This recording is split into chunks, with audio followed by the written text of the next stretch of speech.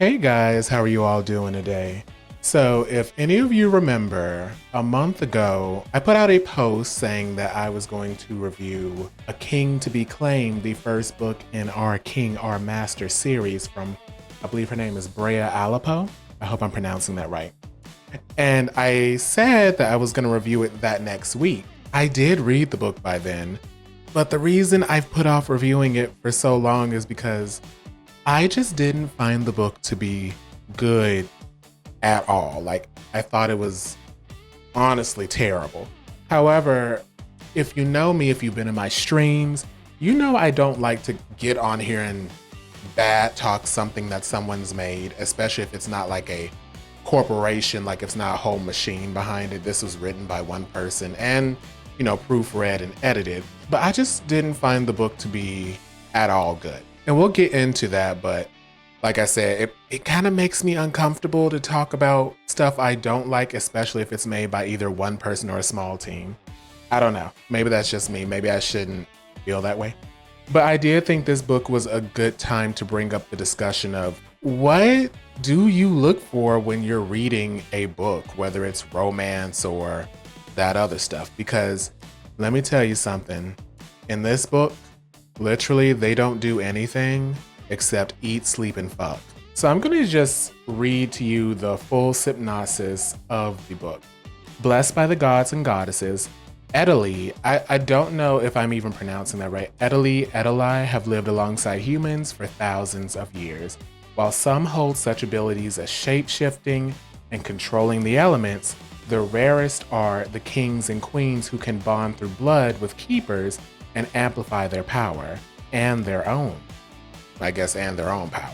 I don't know if his name is Titos or Titos. I'll just say Titos has been seen as useless and weak his entire life. He's never been able to bond with other Edeli. I'm gonna pronounce that multiple different ways throughout this whole thing. And has nothing of value to offer his queen.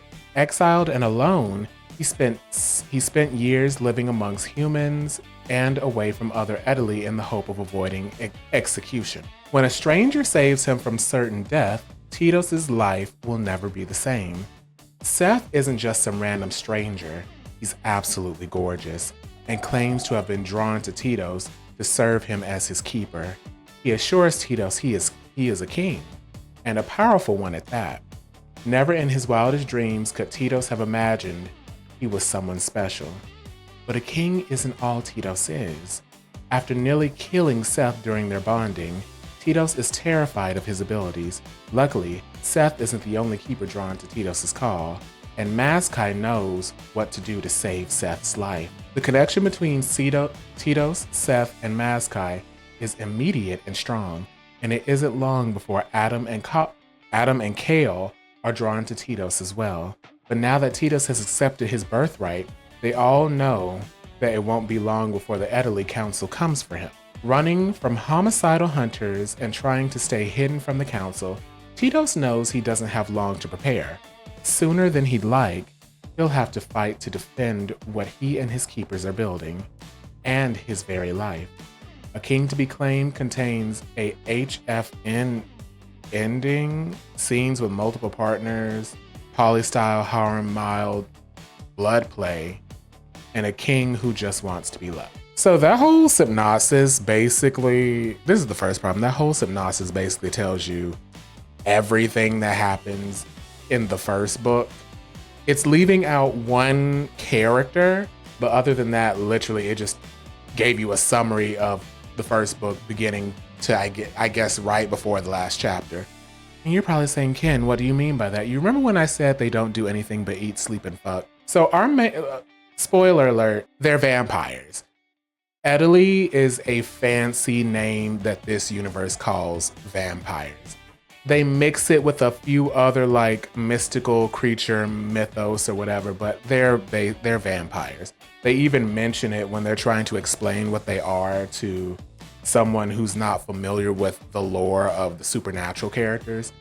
And the character asks them, he's like, so are y'all vampires?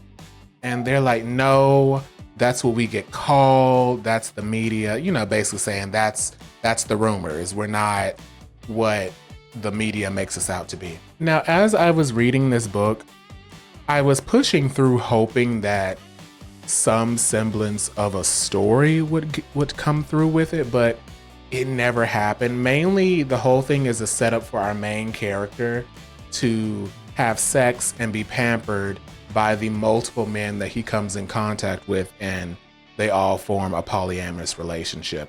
They have these powers to where they can like read each other's minds, so they're constantly reading his mind. So anytime he has a moment of insecurity, they get upset with him and say, "Don't think about yourself like that. How could you say that?" You know, it was cute at first, but then after a point, I'm like, can this man have his own thoughts, please? Tito's is like constantly tired.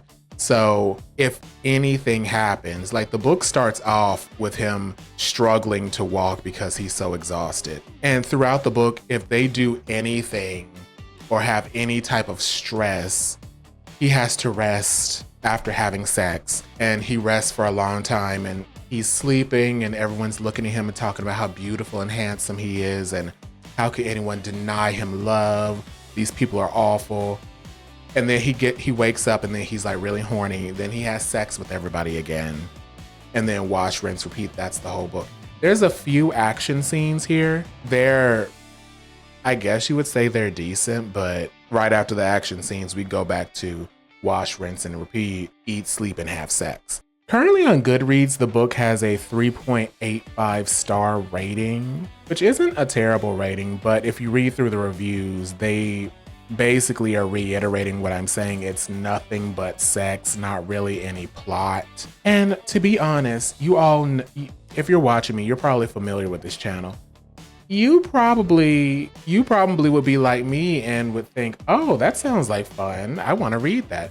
That's how I was getting into it. But the erotic scenes were just they weren't interesting. I don't even know how to describe. You probably have to read them yourself to gauge if they'd be interesting to you or not, but they were not engaging at all, mainly because the characters didn't truly have any chemistry. It was like all these other men would just look at Tito's and all of a sudden, boom, we're in love.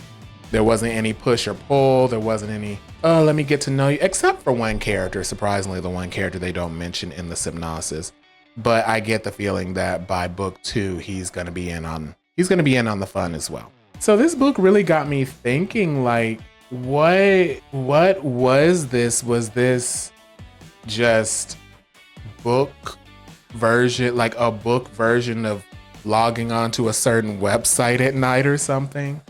Because I feel like the way it was written, it was trying to be like a romantasy type thing. It was giving, maybe trying to be like Vampire Diaries, but with gay men, or like Teen Wolf or something like that. But clearly with as much sex that was being had in the book, it definitely like more explicit than just some young adult stuff. One thing I do find interesting is that the book cover got changed. I believe it was originally published in 2019 with this more, so it was first released in 2019 with this more kind of paranormal fantasy romance cover. And it looks like later on it was republished with this new cover that has more of like an erotic urban fantasy kind of style going on, probably to make it more sellable and marketable. Because I think with the first book cover, you would not expect there to be nearly as much sex as there is in the book. Something I found funny is that all the book covers use a different man's body, but the exact same man's head, which I get they were going for consistency. I guess that was the only picture of that man that the graphic designer had available. So they just superimposed his head onto 4 different people. But I do want to pose this question. If you are reading a book for erotica, and I am planning a video to discuss like erotica versus things like softcore, but if you are planning to read a book that's spicy, what are you looking for? Because I don't know, like this just was not at all interesting. And then there's been other books I've read where they're spicy, but it's just pages and pages and pages of descriptions of the main character. How tight his clothes are, how his body motions when he walks, and it's just pages upon pages upon pages. I'm like, Okay, great.